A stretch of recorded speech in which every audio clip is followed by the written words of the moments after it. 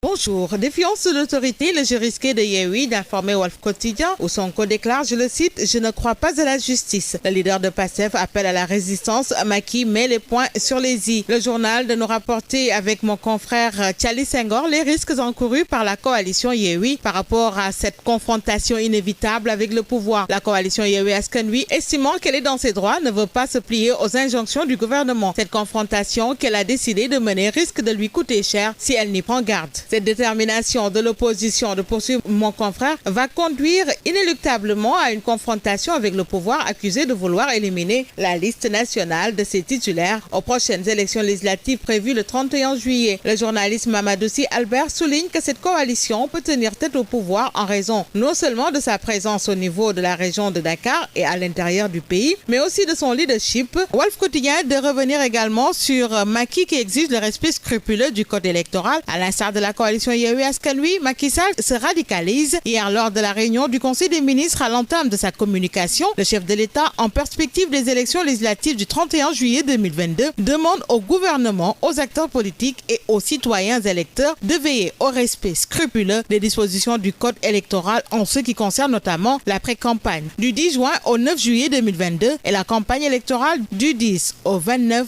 juillet 2022. Nous poursuivons pour rester toujours avec la manifestation du 17 juin à la place de l'Obélisque avec Sud Quotidien qui titre le préfet d'Ignette. Yewwi persiste. Mortal Atin invoque la menace de troubles à l'ordre public et la violation de l'article L61 du code électoral. Khalifa Sall et compagnie arguent que l'interdiction n'a pas une base légale. Sonko et compagnie déchirent l'arrêté du préfet, rebondit critique par rapport toujours à l'interdiction de la manifestation de Yao. Et ce n'est pas tout. 24 heures enchaînent, refus de signer la notification du commissaire de recevoir l'arrêté du préfet de Dakar portant interdiction de la manifestation du vendredi 17 juin 2022. Yao tient sa ligne. Les dessous d'une reculade du pouvoir, c'est le titre du quotidien Le Mandat ce matin par rapport à la tournée économique du président et rassemblement reporté de Benno Bokk Yakaar. L'exclusif, quant à lui, parle d'une bataille des législatives à Benno Bokk Yakaar. Tout un gouvernement en embuscade. Sur 33 ministres et 4 secrétaires d'État, seuls 7 sont investis sur les listes. Faut-il reporter les élections? C'est la question posée ce matin par le quotidien Enquête. Concernant les législatives, les opposants sont dans une logique de confrontation. L'État les attend de pied ferme. Et nous poursuivons avec la tribune qui prévient attention des rebelles dans le vent. Le procureur enfonce Ousmane Kabiline Diatta,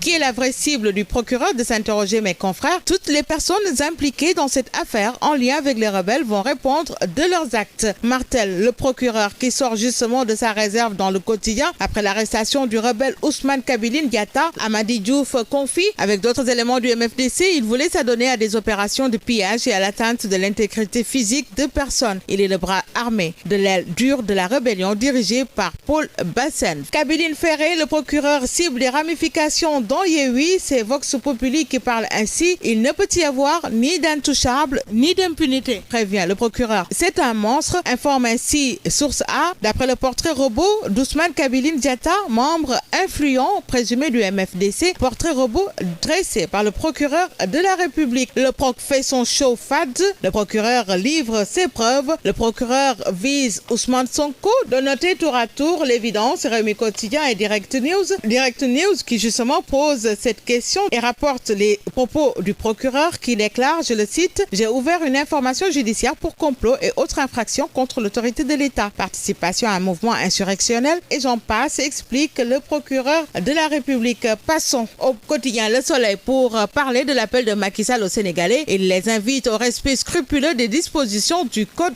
électoral. Parlons de tout à fait autre chose avec l'Observateur. Conjoncture économique, l'État et le terrible jeu d'équilibre. Dakar Times ouvre quant à lui sur Dimitri Kourakov, ambassadeur russe au Sénégal, qui déclare « Le Sénégal est un partenaire fiable de la Russie ». Fin de citation. Et nous bouclons avec Libération, où il est question d'Olivier Perrin, piégé et rançonné par un ancien pensionnaire alors qu'il cherchait un partenaire. Génération Foot et l'affaire embarrassante des photos nues de son manager. Croyant qu'il avait affaire à un homosexuel, Olivier Perrin a envoyé à Mortalasek depuis 2018 ses photos intimes avant de lui proposer d'être son partenaire. Comment Génération Foot a tenté d'étouffer le scandale pour préserver son image. À lire. Bonne lecture à vous. À lire.